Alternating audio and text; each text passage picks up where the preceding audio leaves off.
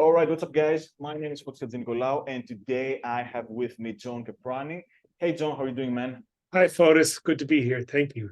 Thank you for being here, man. I don't think I've ever told you this, but I took a break from Facebook between 2018 and 2022. And by Okay. break, I mean like I literally deleted everything. Not deleted, but I deactivated the account. And then summer of 2022, I hopped back on Facebook. I was more interested in doing like copywriting and marketing full time. And Hmm. of course, I joined like lots of different groups. And your name was always popping up. So it was like in every single thread, oh, John Caprani this, John Caprani that. And it wasn't you commenting, it was like other people tagging you. Yeah. And yeah, that's when I was like, okay, so this guy, okay, he's like well connected, he's like well respected in the industry. And that's when I was like, oh man, I should really connect with this guy eventually. And yeah, I mean, I sent you like a friend request, we connected through Facebook. And I would probably, after chatting with other guys as well, I would say that you're perhaps like the most well-connected guy in the direct response space right now. Hmm. And on top of that, like you're also a very good direct marketing consultant. So you might want to share a little bit more specifically about what you do, because I don't have like the full details yet. Okay. Sure. So, most well-connected person. I mean, I know a lot of people. I make an effort to get to know a lot of people. Most well-connected. I think there are people who are better connected, and definitely there's levels of connection. There are doors that are not open to me yet, and they go up a long way. I'm still relatively new in sort of business of marketing.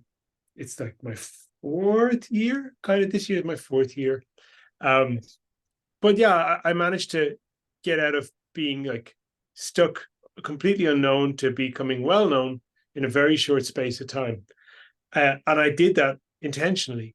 I didn't have a master strategic plan, but I had an intention, and I just pursued the intention. And the reason why is that you're stuck in obscurity in this business. It's very easy to get stuck in obscurity, and there are people out there who do fantastically well, and like grow their names quite quickly, and often for reasons of merit, like being good at what they do. But the thing is like a lot of what gets people great results and great opportunities is being in the right place at the right time, Yeah. having good clients, and not being stuck working with clients who are constrained, who don't have their business set up well, and haven't really cracked their product market fit, haven't really got stuff and a well-run operation. And when you're working with clients like that, there's very limited, um, like the opportunities you have to help them are kind of limited. So basically, it's like, I think I use the metaphor of like picking the right horse to ride. If you're going to be a jockey and ride a racehorse, and your client is like a racehorse, you want to be on a good horse. It's a nice fit one. Maybe he's had a few shots of sneaky steroids in his backside. He's got a good set of teeth. You do not want to be on some three-legged old nag. It's all gums. And we've all had those kind of situations. Like, we've all worked in situations where we didn't work with clients who had a great business.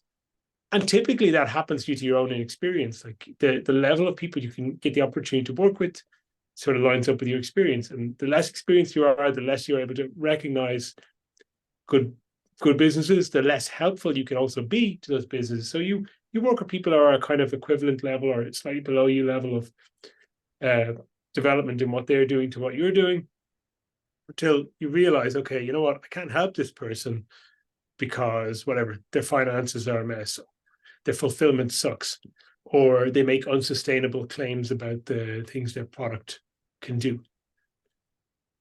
And so you learn from the experience, and you move on, and you try and work with them people who are actually like, have a good product. They have product market fit. They don't make unsustainable claims. They have ethical boundaries on their marketing. They manage their money well. They don't go and spend it all on crap. They actually reinvest in their business and developing product quality. One interesting one someone said to me recently is like the mark of a good business, especially well, products as well, but especially in the services space, is that the business owners are actively soliciting feedback from customers at all times. So this is things like net promoter score, customer satisfaction surveys, like interviews, like, direct outreach and doing kind of, post interviews, following up with customers after they've done the program, directly asking for suggestions to improve it, and taking complaints seriously. And unfortunately, that's not the norm for a lot of services and coaching type businesses. Yeah. And it really resonated with me what you said about maybe it's a little bit of luck, whether you're gonna score like a client is gonna help you. Because I remember watching some interviews on Justin Goff's YouTube channel about copywriters who made like a lot of money really, really fast. And the common thread with most of them, and this doesn't have anything to do with writing skills. So I'm guessing they were okay, but you would hear a lot of guys and gals saying something like, oh, I started learning copywriting like 3 months ago. Then I went to an event that had some great clients and I left with 5K and 10K gigs. And then this really exploded their career.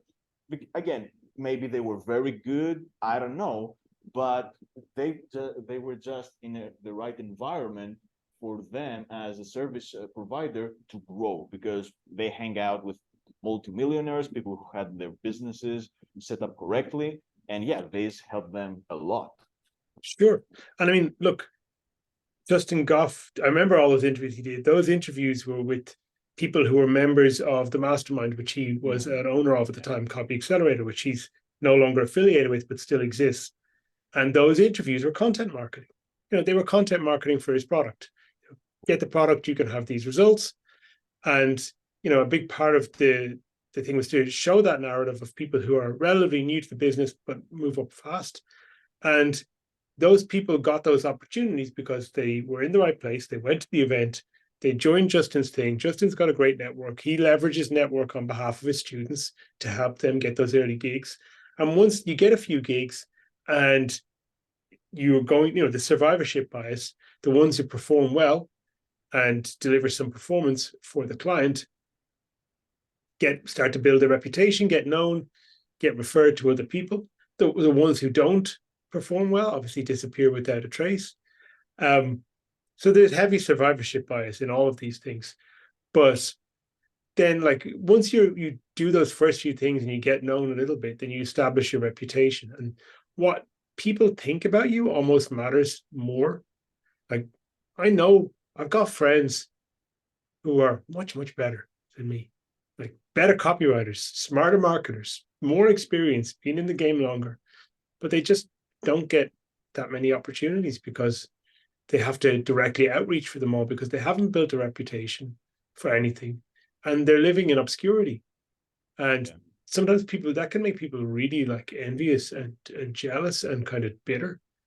But you've got to be putting yourself out there. What did Gary Halbert say famously? I'm not in the copywriting business. I'm in the self-aggrandizement business. Yeah, exactly. So I didn't, I obviously am always trying to like learn, read books, learn from examples, get better at my work.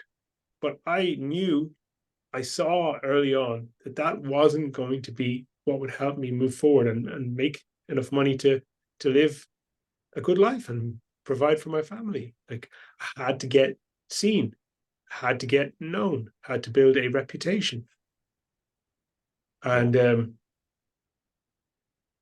so the way to do that, there's two ways. Obviously, doing good work is important, delivering, and actually not just the quality of the work, but being someone who's not a total pain in the ass to work with, because there's people out there who are brilliant people. There's a couple of very well-known names. I'm not going to start mentioning names or trash talking to anybody, but there's a couple of people I know out there who are brilliant at what they do, but they have these diva reputations that they're an enormous pain in the ass to work with.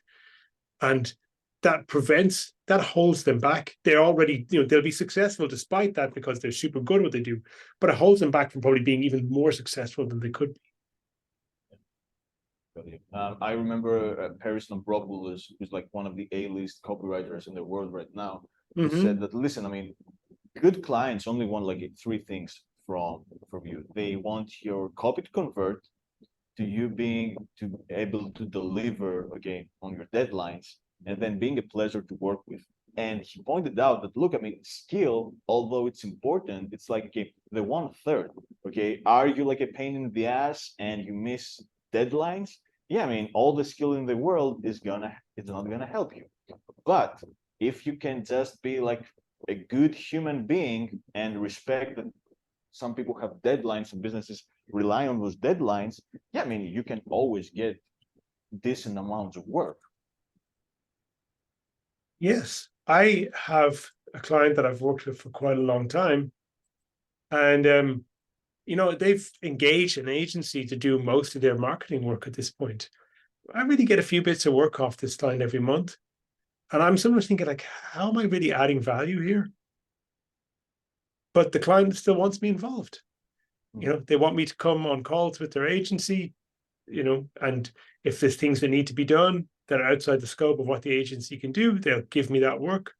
And I'll help that client out by like keeping an eye out in the market and sending them resources that may be valuable, or things I see, campaigns that are going on that could actually be useful, or stuff that could be a valuable swipe, or something we could take a similar angle on for their product. And yeah, it's like it's a long-term relationship. And they still work with me because they like working with me, even though they don't have a massive need for me all the time. Yeah, Every month, regular as clockwork, they send me money. that's great. That's great. Since we talked about this, your client story, I mean, I always ask guests to come up with a few stories that they can share with the audience, and then we can extract some lessons. So, Sure. yeah, do you have anything, yeah, any story about you building like a good relationship with a client, how this helped you, or anything else you would like to start with? Yeah, okay. Building a good relationship with a client. So I can tell you that like I'm pretty much sure more than half of the money I've made since 2020 is like downstream of one conversation. So here's the thing, is like relationships are super important. And everyone talks about me and about being the networking guy. Now, I did not give myself that name, but once people started saying it, I was like, okay, that works. That's fine. I'll roll with that. But what did I really do? I just decided to start creating content and putting myself out there, like on in groups, being active in groups, being visible, being heard, and to create content on my own profiles and like put my point of view across. And then more than that, actually directly engaging with people like in comments and in DMs and conversations. And I did all of that because I can tell you like a few different things. I used to be a bartender many years ago, and I used to work for this really fancy private members club in Chelsea in London. And being a bartender at a place like that is not like being a bartender. It's kind of like being a host. So you every day you show up, the club members come in, they're all regulars, they're all members. Nobody's coming in off the street who's a stranger. So what they want you to do is make it feel like a home away from home atmosphere.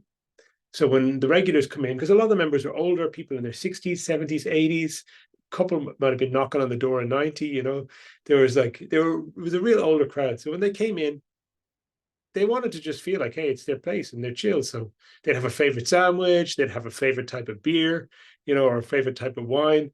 And I would just make it my business to remember their names, to know a little bit about their lives, maybe the name of their spouse, the name of one of their kids, what they like to drink, what they like to have for lunch, and just make them feel welcome. So I kind of developed a couple of little memory tricks to kind of help me remember all these people's names.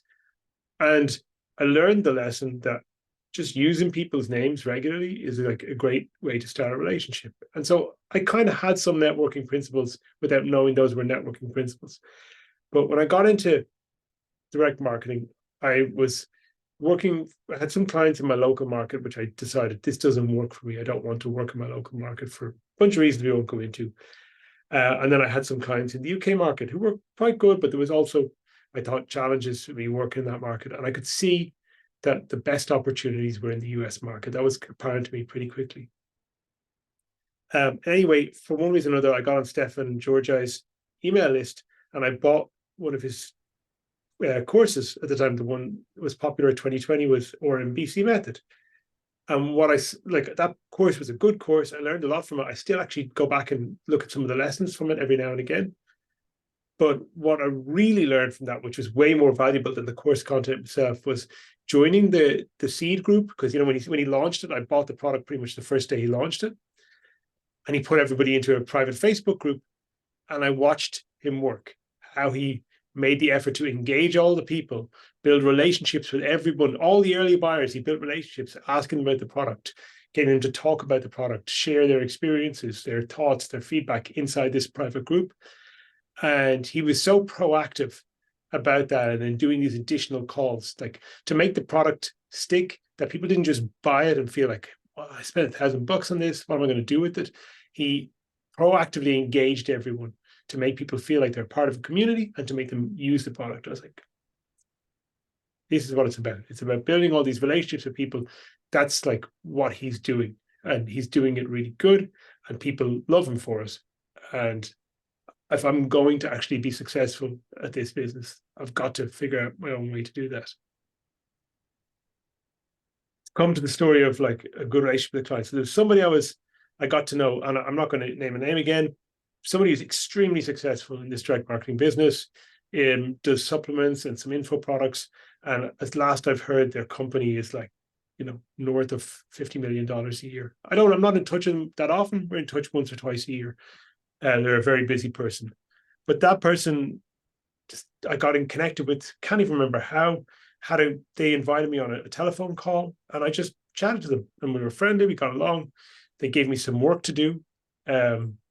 I did some work for them for a few months. Their business partner didn't actually like my work as much. They liked me, the first person. But the business partner didn't. So in the end, it didn't pan out me working with them. But that relationship kept going. And I didn't even think about it. I would just say hello occasionally, send them something, send some introductions, whatever. And then out of the blue, that person, the first person I connected with, sent me a referral. And like then that referral turned into a client who I've been working with the last almost 2 years now. And like nice. that client turned into a client who referred me to a bunch of other clients. Nice. And it's like, so, and I looked at like, I could look at my invoicing and see that like pretty much, I think more than half the money I've made in the last 2 years has been downstream of this one conversation. And so the thing is like, you think it's about getting the gig, and it is. You gotta get the gig, you gotta get paid today. But like more important than getting paid today is connecting with people and putting yourself in a position where it's, obviously, like Paris said, you got to do good work. But the key thing is like the human part. The human part matters a lot. Like I've had people come to Ireland now, a few people come to Ireland just to visit me, just to hang out for a day or two, just because we met online and they liked talking to me. Okay, yeah. It's very interesting that you mentioned your bartending gig and how this, I believe it actually helped you with the online world, because in my experience, and I would like to hear your thoughts on this, a lot of the people who get into the internet marketing space are, to put it like as gently as I can, they're like socially retarded. Like they believe, yeah. Let's use a nicer word, because I don't like the old word. I don't like the word because it's pretty hurtful to our disabled brothers and sisters. So let's try a different word. They're socially inept. That's good. I agree with that. Yeah, that's nice. Yeah, and I think that the problem is that I'm not sure if it's the age or the whole idea of, I'm gonna create an online business, or I'm gonna do something online. I'm gonna hide behind my computer, and I don't have like to talk to anyone. Mm-hmm. And I actually believe that having some offline experience, like you were a bartender, I was actually a trainer at the gym for many years. Yeah, I mean, just talking with people every day, remembering their names, asking them, yo, what happened with your kid that you told me about last week? Yeah, this actually can really transfer in the online world and help you stand out as a real human who actually cares. Absolutely. It's not just that. I mean, I'd done other stuff after that. Like I had to manage teams. I was in the construction industry. I was managing projects. So, but yeah, I see it with a lot of people. It's like they just don't have all that much life experiences, or I don't like to use the word introvert because I don't think, this idea of introvert sort of suggests as this fixed personality type. More introverted types of people who don't really have don't really thrive on social interaction. And like, I seem quite extroverted. I would say for a lot of my life, I was a bit more introverted, but more was just I lacked the confidence to put myself out there in social situations. I wanted to be the person who spoke up. I wanted to be a person who was heard. And I think pretty much everyone on some level wants to be heard, but a lot of people are too afraid to raise their voice. And so when people say I'm an introvert, I think generally that's not true. I would say, yes, there are introverted behaviors and there are extroverted behaviors. And some people have a preponderance of introverted behaviors. They tend to exhibit more introverted behaviors, or they just maybe are, but really everyone wants to be heard. And I think if you find yourself being, introverted and find it uncomfortable to connect with people, that it's a skill. It's a skill you got to work on. You got to say, okay, I'm actually, going to learn how to be somebody who pays attention to social cues. Look at people in the face when I talk to them. Notice how they move their hands. Notice how their posture, are they like defensive, leaning back, keeping the things, paying attention to the little things. But those are skills. Those are learned things. And you have to decide, okay, I'm actually going to, it's part of the process of self-improvement, personal development. You have to actually want to do it. Yeah, exactly. And I'm always laughing when people say to me, oh, I don't have a good memory. That's why I forget names. I'm like, you can actually train your memory. Like, it's a very defeatist concept to say, oh, I am X, so therefore I'm going to stay X for the rest of my life. If you want, there are like lots of resources, even like free resources that you can use and you can improve your situation. It's not going to be easy because you're not going to have the knack for, let's say, being social, but there are ways. I mean, people have done this, so there are no excuse if you're interested in this. That's fixed mindset versus growth mindset. Exactly. And look, people often just don't know. They actually believe their own bullshit. Some people believe their own bullshit, but like, there's a specific with Muslim guys, there's a word hafiz, and somebody who's a hafiz is a guy basically who's memorized the whole Quran from front to back. They usually start at about 8 years old and they get it done by the time they're like late teens, early 20s. Some prodigies learn it very, very young. But like those guys have developed, it's not that they have special prodigious memories. There's a tradition of this, of an oral tradition of passing skill to memorize the whole of the scripture from front to back, and it's been passed down from generation to generation for the last whatever. How old is Islam? 1600 years or so. So, and they have specially known techniques, and like in the Christian tradition, the same. There was all of these, before the Gutenberg press, Bibles were scribed from one copy to another, so that the scribes themselves had to carry a lot of the knowledge with them, because it took years to create each copy. And so these Bibles were rare.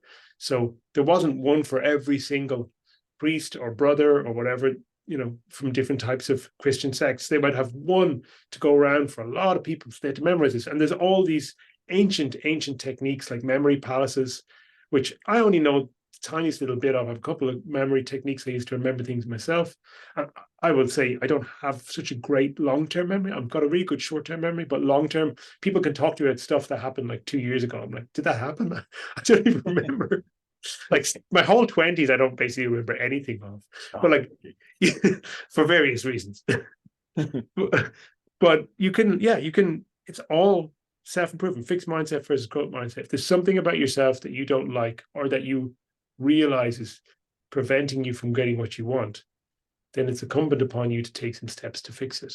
And it's a never-ending process. You know, there's loads of things about myself that I feel like are suboptimal. I can be better here. I can do this. You know, my key one at the moment is trying to go to bed at a consistent time at night because I know the downstream effects of that are so beneficial. But it's a hard nut for me to crack. But I've got to do it. yeah.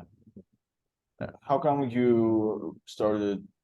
You want to improve your sleep? Like, did anything happen, or you just decided, oh, I have to fix my sleep? I don't think fix is the right word. I just can see like that there's better sleep and worse sleep, and people think sleep is kind of like money in the bank, that you can like, you know, sleep 4 hours a night all week long and then like just sleep all weekend and you'll catch up. But there's no catching up on sleep. Sleep is Okay. like the foundational physiological process for maintenance of the body. If you have a choice between sleeping and eating, you're probably better off most times to sleep rather than eat. You know, if you had a choice between getting 8 hours sleep and having a 20-minute workout, or having 4 hours sleep and a 1 hour workout, your body's probably going to respond better to the 8 hours sleep and the 20-minute workout, because that's when the repair and muscle growth happens, is during rest periods. All right, cool. So let's move on. Like, do you have another story you can want to share with us? Yeah, you asked me about a couple. So okay, there's one in particular you mentioned about. I said, and I've written about this multiple times online, but I might as well tell you about Robert Cialdini saved my life. Yeah, yeah. So this was back in like 2017, before I was still in the construction industry. I was managing somebody else's construction company, and I had bought a couple of copywriting books at this time and persuasion books for a bunch of reasons. And I can talk about that, the reason why I got interested in persuasion in the first place after this. But just suffice to say, I had some copywriting and persuasion books on my shelf, and I was using them in the context of the business I was in to help me be a more effective salesman. I was selling into resort development for construction business. Anyway, I'm at my computer one night, tapping away, and we live in this apartment. It's on down the end of a quiet street. It's in a nice neighborhood. We've got a fence, like a 7-foot tall fence all around the house. It's relatively secure, although on one side of the house was the airport, so there was open on that side, and we always knew it was kind of a security risk. But we locked the doors at night. But this particular night, obviously, we hadn't. And I was tapping away, and I heard a voice. Well, my wife was in the other room. I was in my bedroom, which I had a little office on the side outside of the bedroom in the wardrobe. We had a walk-in closet. I had a little desk set up there so I could do some work at night time, so still be close by her. And then there was another bedroom with the kids' bedroom, because the kids were very small. Like my son was a year old, my daughter was about 3 at this time. And my wife was in bed with the kids. She'd put them to sleep and she'd fallen asleep with them. And I just was working late, so I didn't mind. I left her there. And I was sitting there tapping away, and I heard a voice say, I don't want to hurt anyone. I turned around, I looked over my right shoulder, and there's this dude who looks like a ninja from a 1970s Kung Fu movie there. He is dressed in skin tight black, like lycra or spandex, one of those shiny kind of technical fabrics. Like, he's covered like to the wrists, to the ankles. He's got a ski mask or something over his head. I can just see his eyes and nothing else. Can't see his nose, but I can see his eyes are looking kind of bloodshot. And I'm like, yeah, that don't look too good. And he has a big knife in his hand, kitchen knife. And he says to me, I don't want to hurt anyone. I was like, I looked at him and I was like, this is fucking weird. I think I'm dreaming. I was almost certain I was having a weird dream. And then I just sort of had this like, no, this is not a dream. This is real. This guy's here. I'm awake. I had this moment of total disorientation. But that moment of total disorientation was actually really good. I think that kind of saved my life, because I had a moment where I saw a dude in my bedroom dressed like a ninja with a big knife in his hand. And I didn't react because I just sat there kind of stunned for maybe 3-4 seconds before the realization sunk in. Yes, you are awake. Yes, this is real. Yes, this guy is a knife. So I looked at the guy and he had just said, I don't want to hurt anybody. So I said to him, good. I don't want you to hurt anyone. And he wanted money, obviously. So he tells me he wants some money. And the details of the rest of the conversation, that first phrase he said, I don't want to hurt anyone. I can remember that clear as anything. I can't really remember the specifics of the conversation. But it was clear, like, he was getting something. He wasn't getting out there. And I was really lucky. Normally, I don't have a lot of cash in me, but for whatever reason, that day, I'd been at the ATM and I had about $300 in cash. So, I'm just going to move real slow, not going to do anything stupid, because I remembered, from Cialdini, like, let's just, he's going to react to me, and let's, just keep things very cool. So, I wanted to also, incentivize this guy to leave. I knew, you don't want to get into a fight with this guy. Somebody's going to get hurt. Somebody's going to die. Anyway, I asked him, hey, I'm going to take my wallet out. I've got some money in my wallet. I'll give you the money. Okay, yeah, take out your money, no problem. Took the money out of my pocket. I'm still sitting at the desk, and he's still staying away from me. He's not like acting threatening, or he's staying pretty chill. So I take the money out. I had about $300. I was like, here's my wallet. That's everything that's in there. There's $300. He's like, it's not enough. I want more. Where's the rest of it? I was like, I don't keep money around the house because I always know that I'm at a security risk here. So I don't keep money around. Okay, what else have you got? Got any jewelry? No, I don't have any jewelry. I've got my wedding ring on. I'm not giving you my wedding ring. What I do have here is an ATM card, and you can have the ATM card. And if you just don't mind, I'll write down my PIN number for you, and I'll give you the PIN, and you can go to the ATM, and there's $1,000 limit on my card. You can go and get $1,000 now if you want to. So giving him the incentive to move on. But one thing that was the reason I talked about Cialdini sort of saving my life was that I kept on saying to him little kind of things just to recognize the fact that I knew he was from a Christian family. And I couldn't see his face, but I could tell from his voice what ethnic group he belonged to. And I knew because of the ethnic group he belonged to that he was very likely to have been raised Christian. So I was putting little things like, God bless you. You don't need to commit a sin. You don't need to hurt anybody tonight. Those kind of little things, just to remind him that we're simpatico, And so that was like kind of Cialdini popped into my head, like his, liking reciprocity, give him something, so he'll want to give you something. So give him the card. And he says, okay, he wants, I said, do you want my computer? Because I had a laptop there, quite an expensive one. I had a mobile phone. And he says, no electronics, don't want electronics. Because he's smart. He knows I've got serial numbers, it's traceable. So, okay, no problem. He's like, okay, I'm going now, let's go. No problem, get up. He tells me get up. So I just put my hands up. He starts to back down the hallway out of the house towards the door. I'm walking behind him. I don't want to come within 2 meters of him. So so he can't lunge at me easily. But I'm also like, let him know, hey, not a threat. Hands are up. I just want you out of the house and nobody getting hurt. I do not want to have a violent interaction with you. And so we get into the lounge, which is beside the door. And he just turns the corner. He's close to the door. And for whatever reason, my wife must have heard the noise. She came out of the bedroom and she was wearing some jewelry. And he takes a look at her. He sees the jewelry, and I can see he clocks the jewelry straight away. And he looks at her and he says, you come over here. I just looked at her and I just barked at her, get in the room, lock the door. And I wasn't shouted, but I just said it in this tone that rarely comes out of my mouth. Like just a very, like a command tone, the way you'd speak to a child who's about to run into the road. Luckily, again, I could see she was stunned. She had just woken up and she was the same. She couldn't be sure if this was real or not. She went back in the room where the children were. She locked the door. So like, okay, she's in that room. The door is locked. Safe enough. And he looks at me. He says, tell her to come back out here. I said, no, she's not coming back out. You've got the money. You've got my cash. You've got $1,000 on my card if you want it. And you do this. You can take that and leave. Nobody needs to get hurt tonight. You get the money and everybody's good. My family's good. God bless you. You don't want to commit a sin. You don't want to do this. Just reminding him again, sort of Cialdini principle. And he sort of sees the sense in this.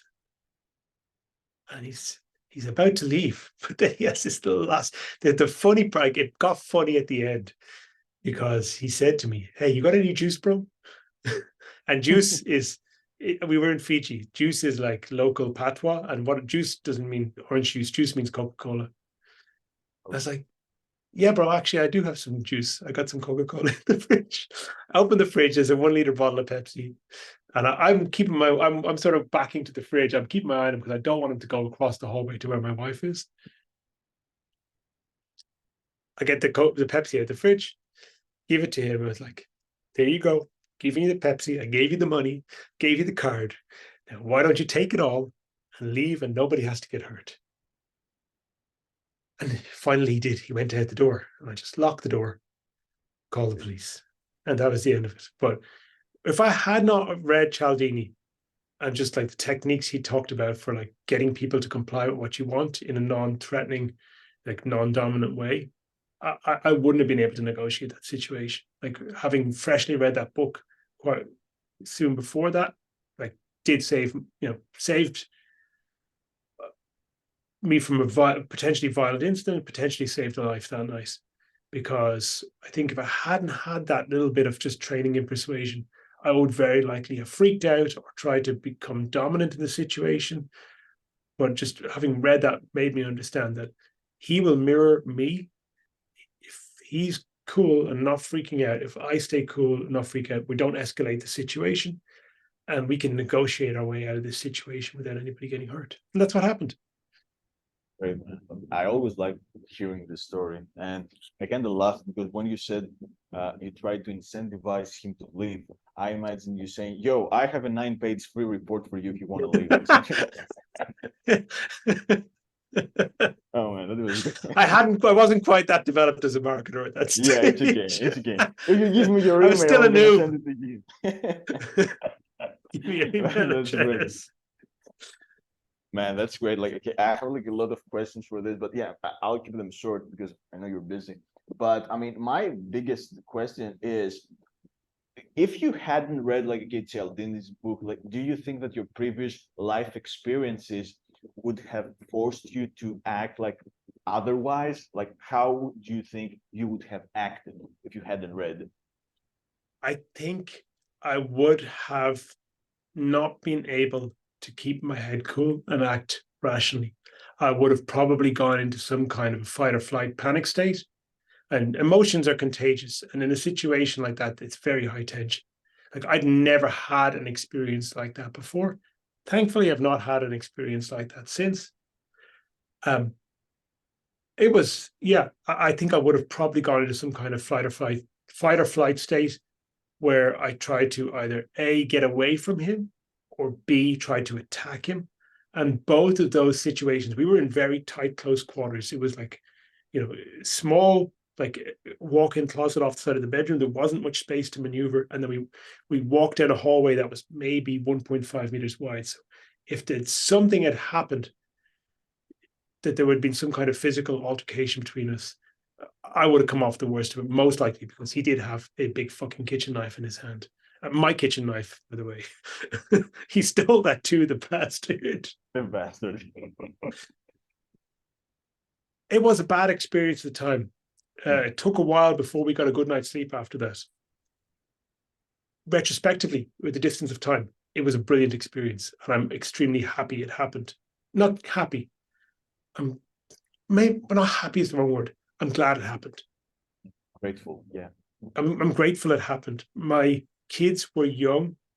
We'd never had a situation. We'd had one other situation like that before where we'd driven into a shopping mall late at night and we'd gotten out of the car and we noticed a bunch of like 4 or 5 guys coming towards us, walking towards us, and you just get that vibe. They've got intent and they clearly all are with each other.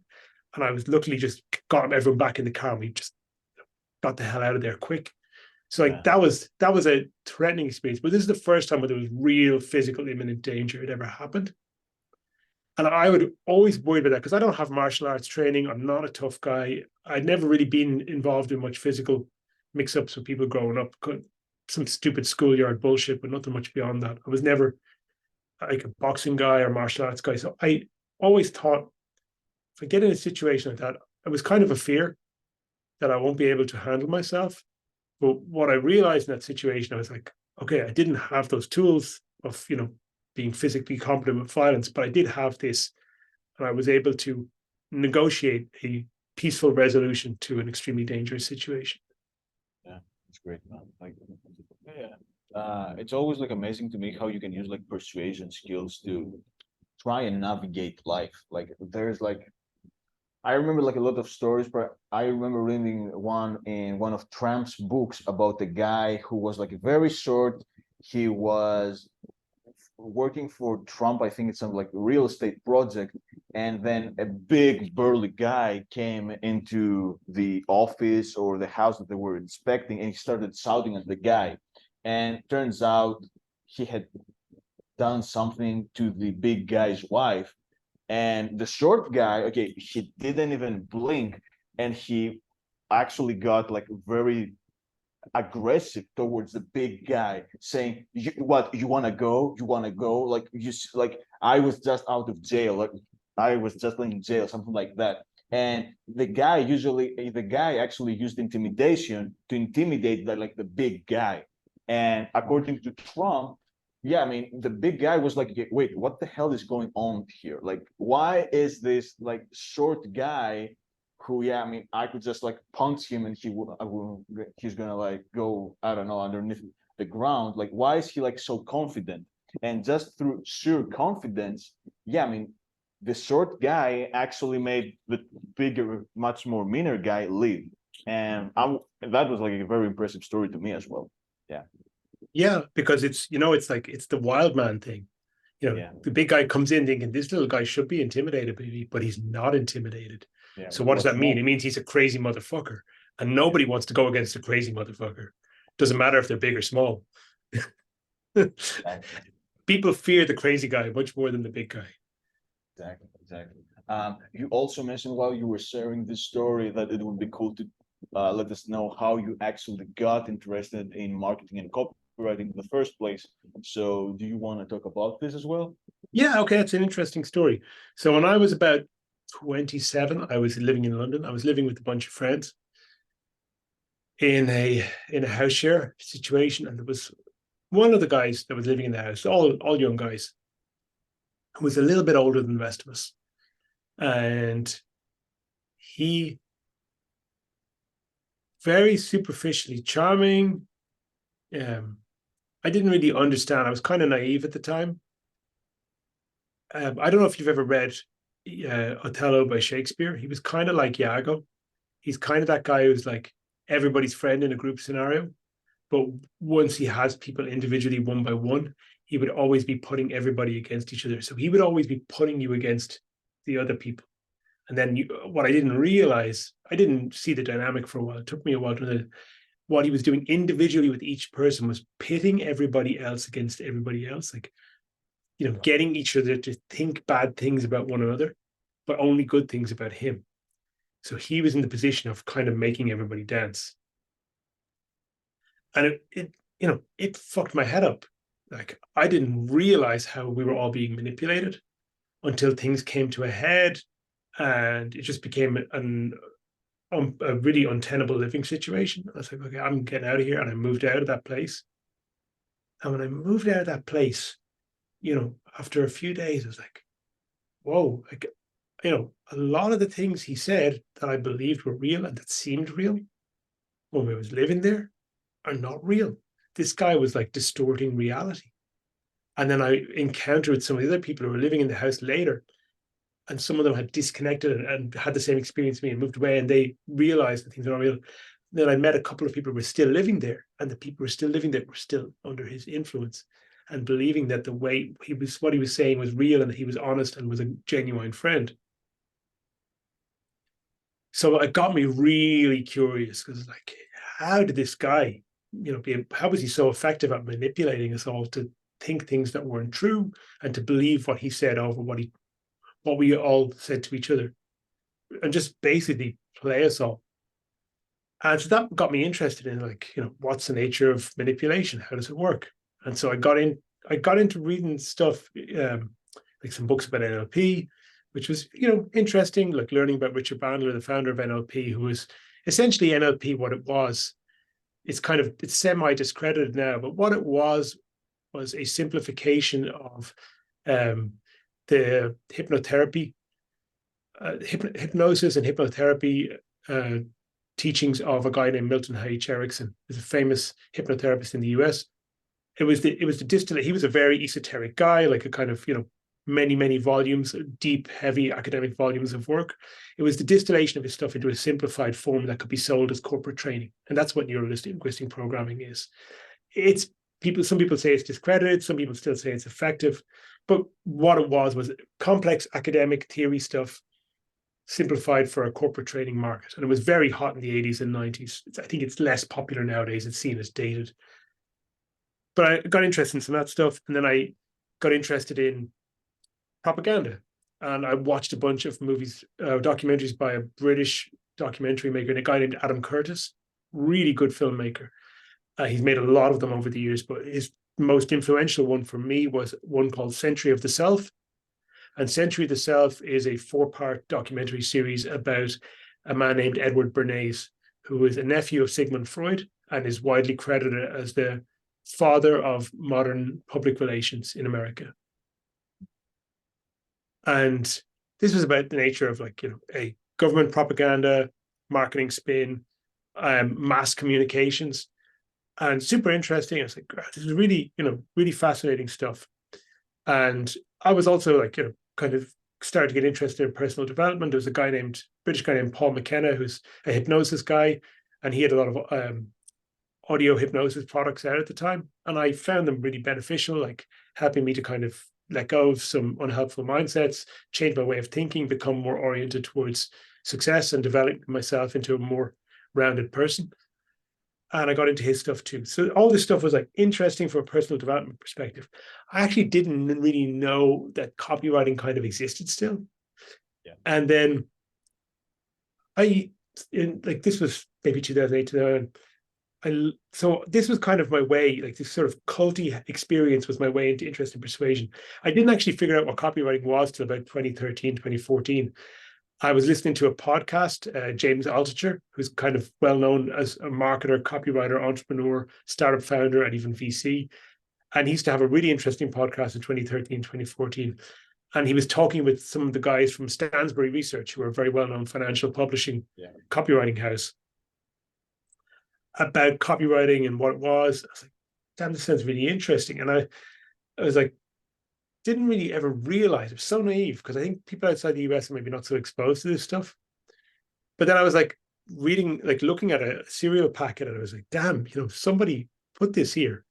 Like, strategic communications are not just like ads on TV and government messages and that kind of stuff. Strategic communications are on everything, all around us, like every little bit of our modern environment. It's like from what's on the back of your cereal box, what's written on the tube of toothpaste you brush your teeth with, it's everywhere. And that was a real epiphany moment. I was like, okay, this is the practical commercial application of all this persuasion stuff I've been interested in. And at that point, I started to kind of take an interest in copywriting directly and think, okay, I might want to go this direction. But the first thing I actually put it to use was selling construction services. And it really wasn't until 2018, 19 that I decided, hey, you know what, I'm going to just directly sell copywriting instead of using it to sell construction. Oh, so you already had some experiences when you entered the copywriting space, selling, like perhaps like with marketing, persuasion. Yeah, that was great. Yeah, I mean, I don't really talk about it because, I think it's kind of stupid. It's not stupid.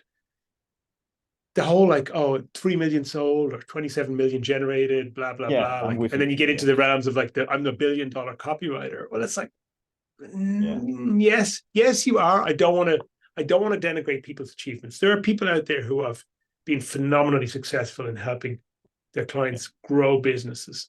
But even those guys, I think, would say that it wasn't just their copy that did it. Exactly. They actually really consulted and help the client with business process, help the client with product development, help the client with offer development, help the client really from soup to nuts to streamline their whole business from front to back. It wasn't just the copy. My metaphor for copywriting is that it's the tip of the spear. The spear has three parts. It has two parts really, but the second part is two parts. It's got the shaft, which is a piece of timber you're going to throw, and then it's got the spearhead. And the spearhead has a lot of weight to it. It has a body, and the spearhead has a sharp, finely sharpened point at the tip. And copywriting for me is just that finely sharpened tip. The rest of the spearhead is the offer, and the shaft of the spear is the audience that it's being presented to. Yeah, makes sense. Like, and I had like this conversation with someone else very recently about, oh, I have generated 100 million as a copywriter, and we agreed that, you know, that's like very disrespectful to the rest of the people who were like engaged with this. Like, okay, what about the media buyers who actually sent the traffic to a sales letter? Or I don't know, the people who came up with the offer, or the tech people, or the designers. Like, okay, it's a team effort. Yes. You can say, yeah, you can say you have contributed in generating, but you generating, I'm always like, come on, man, did you also like drive the traffic? Like, that's bad. Yeah. Hey, what about the closers who actually get on the phone and actually Exactly. close the deal? Like those guys, you know, whoever's closest to the money gets most of the credit, I think, a lot of the time. But then even the closers, they didn't create the offer. They didn't put the product together. Then what about the spokesperson, the guru, the face of the brand? Of course. They have a lot, you know, their personal charisma, like carries the day a lot of the time. I mean, you know, like we saw in recent weeks with like Hormozi's book launch, like he did a masterful job. And like, you know, I watched him on Chris Williamson's podcast talking about his prep for that and how like he had spent 2 to 3 months of actually like twice a day going through all of his slides.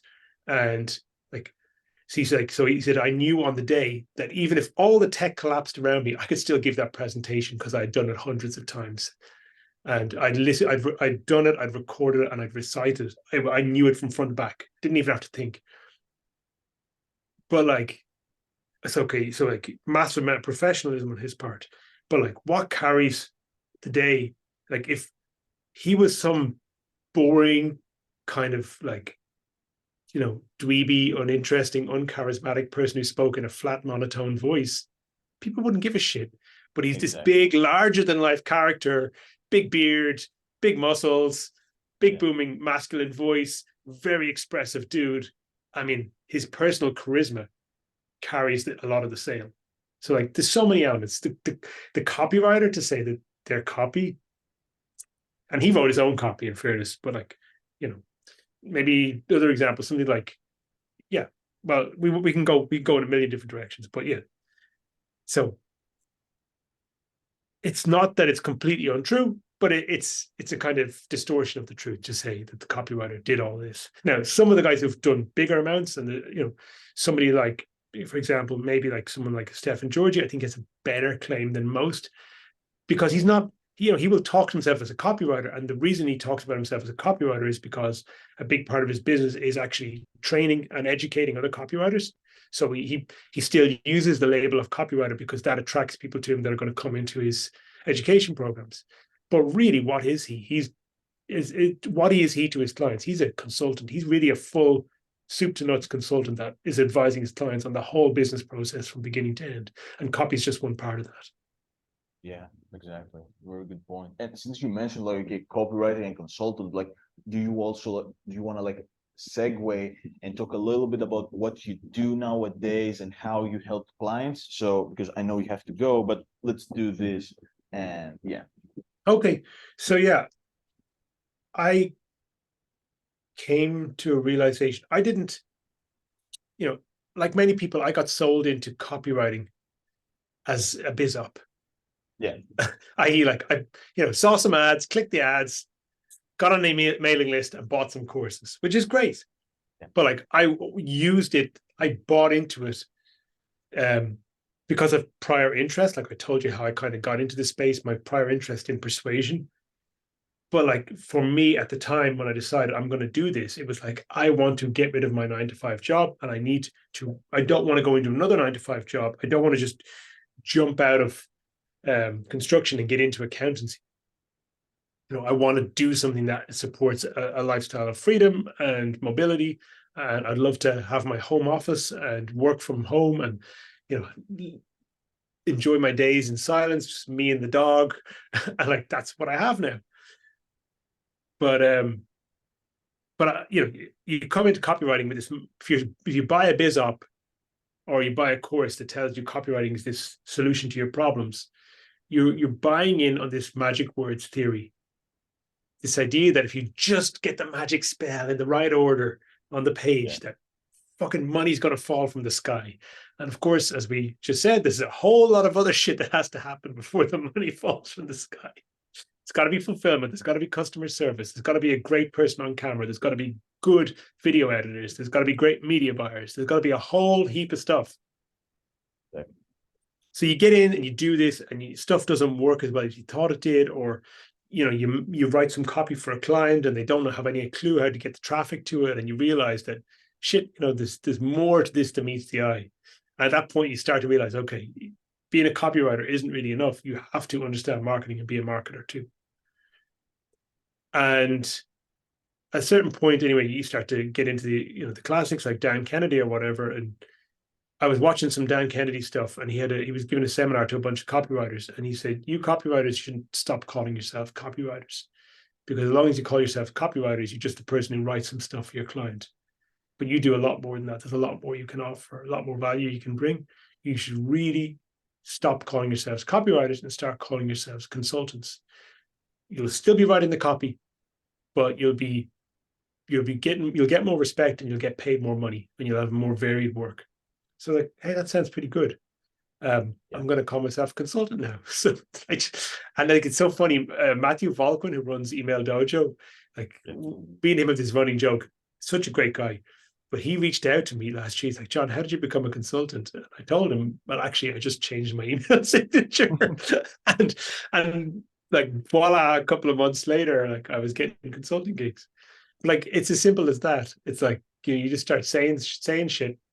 And sooner or later, people are like, okay, you're a consultant. Yeah. And now if a client will say I'm a copywriter, I will correct them. I'll say, no, I'm actually a marketing consultant. I do write copy for you, and I'm happy to write more. What I'm bringing to the table is more than that. Yeah, that's very smart. And what type of clients do you usually enjoy working with? What the type of companies that would benefit the most from your services? Well, I like working with people who have genuine expertise in something that's not just the big market. The big biz op MMO market is really marketing to sell marketing services, or marketing to teach people how to become marketers. And it becomes like this horrible circle jerk human centipede thing. And everyone gets sucked into it. If you get into this industry, you get sucked into it at some point. And then at some point, you're just like, it's very appealing because, people can spin up these high ticket coaching programs, and you're going to come in, you're going to learn this, you're going to set up your own offer, you're going to run your own coaching program, and you're going to make millions, and fantastic. But it's very superficial. There's not a lot of substance to it. But there are people out there doing this education in this way that do actually teach substantial skills. But I've done, quite a bit of that, and I've kind of got to a point where I enjoy it less. So nowadays, I do try and work with people who are teaching something a little bit outside of that space. So I'm working with somebody who's in the real estate business, and we're actually doing lead gen now to help them connect with certain other specific types of professionals. I have to be vague here, but who can actually help them to be more effective and have more leverage in the deals they do. Right. I'm working with a SaaS company that sell tools for certain types of online businesses. I'm working with a education company that teaches people who hate marketing how to do marketing in a way that doesn't feel disgusting. More holistic. Nice. Those kind of people who basically the people are like, oh, hate marketing, hate sales. You people are all evil and the devil, but I have to do it anyway because I have to get clients for my business. Yoga teachers, masseuses, some certain types of alternative therapists. So I do some work with a company that does that kind of stuff. So it's kind of a wide variety, and it's fun. I like it. And then I do a lot of work. What's like all that's fun. I enjoy the client work, but what's actually been really personally meaningful to me the last 2 years has been doing one-to-one consultations with entrepreneurs and a lot of copywriters and a lot of other freelancers who are kind of at a crossroads in their career or kind of a bit lost and looking for a bit of help in some direction. And that all stemmed out of one interaction. A few years ago, and I'm not going to say the name, but he's publicly spoke about this. It's a guy in the UK who reached out to me at Christmas and said, like, hey, John, I joined this program. I paid $3,000 for us. And I really don't think it's actually helped me at all. The guy promised me so much. I told me I'd get all these clients, and I really haven't got anything. And I joined the program on a credit card. I've got no credit available. I've used up all my money, and Christmas is in 3 weeks, and I don't even think I'm going to have like any gifts for my kids, and could end up getting kicked out of my house. So he's a married guy with a young family. Now, there's a part of me that thinks he should speak about like this stuff, but I'm not going to go and name the program he bought, because I think the program is one that has actually a pretty shitty reputation anyway. So, okay. But I don't actually think the program seller is completely at fault here. Now, he's at fault from the perspective of selling people a bunch of bullshit that's not real and not possible. But people are also, it takes two people to lie, one to listen. And if you want to believe impossible shit, you are going to end up, with trading your cow for some magic beans, like Jack and the Beanstalk, right? So my buddy traded his cow for some magic beans, and he felt sheepish, he felt ashamed of himself because he should have known better. But he reached out anyway, and he said, like, what am I going to do? And I said, okay, let's get on the call. I don't quite know what we're going to do, but I'm going to help you. So we got on a call, we talked, we put together a plan of action to help him get himself out there, do some very targeted outreach, and work on some ways to get himself some clients. And then I think I helped him out with some referrals as well. Anyway, he went out. Luckily, people do their best work when they have a gun to their head, because this guy was weeks away from getting kicked out of his house and looking at like a really shitty Christmas where there was going to be a lot of tears and sadness in his home. He got up, got moving, just hustled his ass off and got himself some new business. And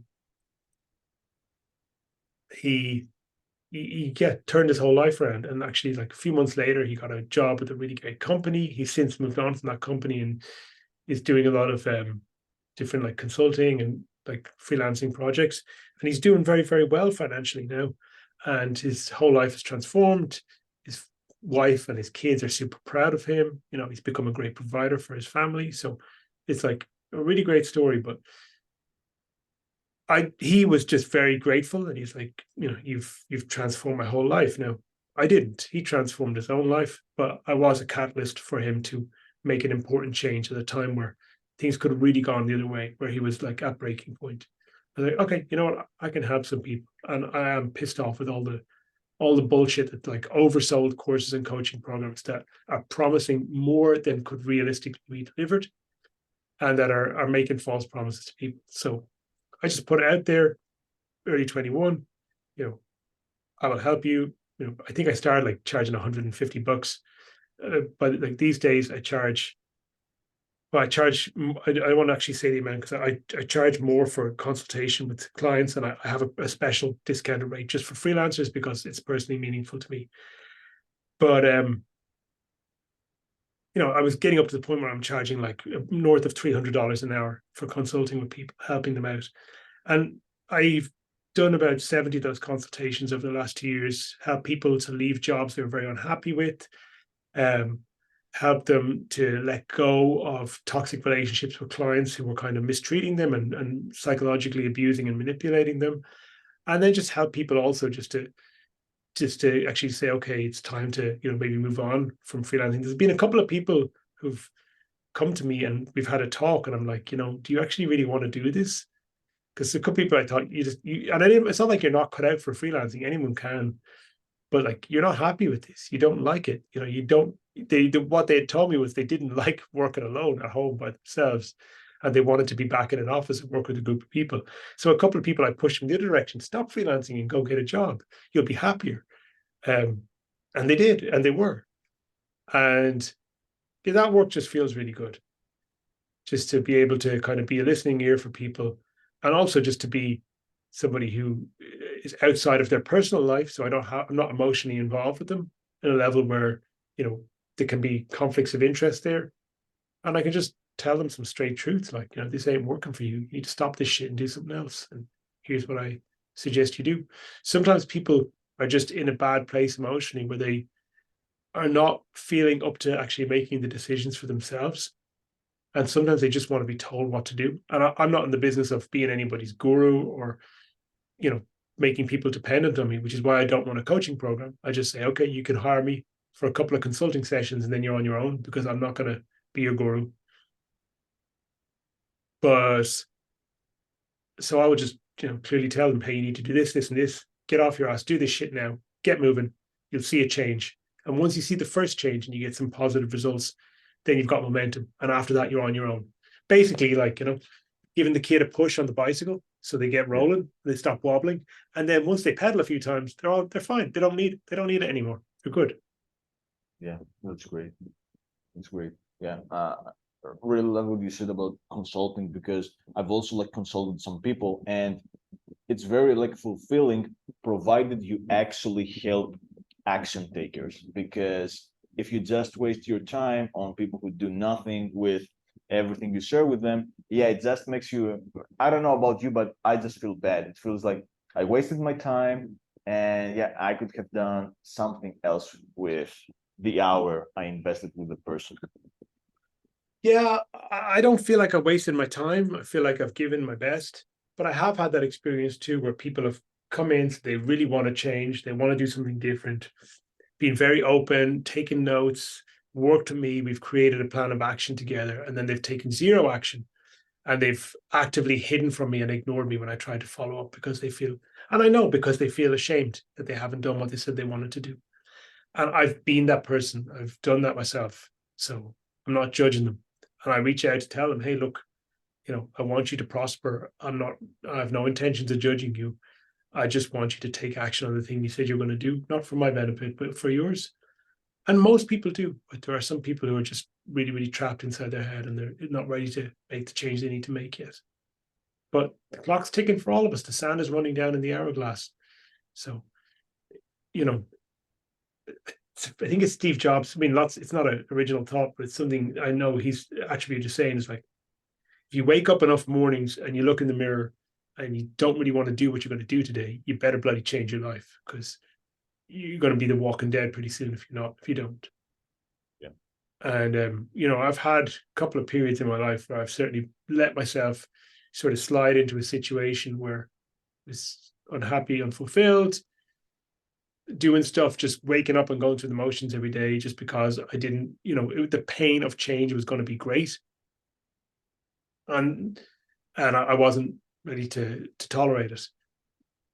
Yeah. But inevitably, you know, if you are self-aware and you believe in self-improvement and personal development, at some point the pain of staying the same is going to become worse than the pain of change, and that's when people move. Yeah, that's great. And great like way to end this episode. So John, if people want to reach out to you for consulting or working with you, where can they do so? You can find me on Facebook, or you can find me on Twitter. You just type in my name, you're going to find me. On X.com, yes. I think I'm like at JD Caprani on Twitter. And I'm like, and I'm at John Caprani on Twitter, and I think I'm like facebook.com/JD Caprani. But I mean, yeah, don't worry. I'm gonna find the links and I'm gonna link them under the description. I think you also have an email list. Can people also join the list so they can hear from you? I think you're also trying to email more frequently nowadays, right? Yeah, I typically email once, sometimes twice a week. You know, okay. I'm not list building my own list as to sell to people. I just like to write to a list. It's good to have a mailing list. It's nice to write to them and share stuff. I do interviews once a week, like this interview you're doing here with other people, and I share them into my list and just share sort of thoughts on life and what's going on. And I enjoy it. It's not an income source for me really, but it's just something I like to do. Work. Okay, John. So I had a great time with you today. Thank you really much for coming here. So yeah, I appreciate it, man. Okay. Thanks so much. Cheers, Fotis. Thank you, man. Take care. Oh.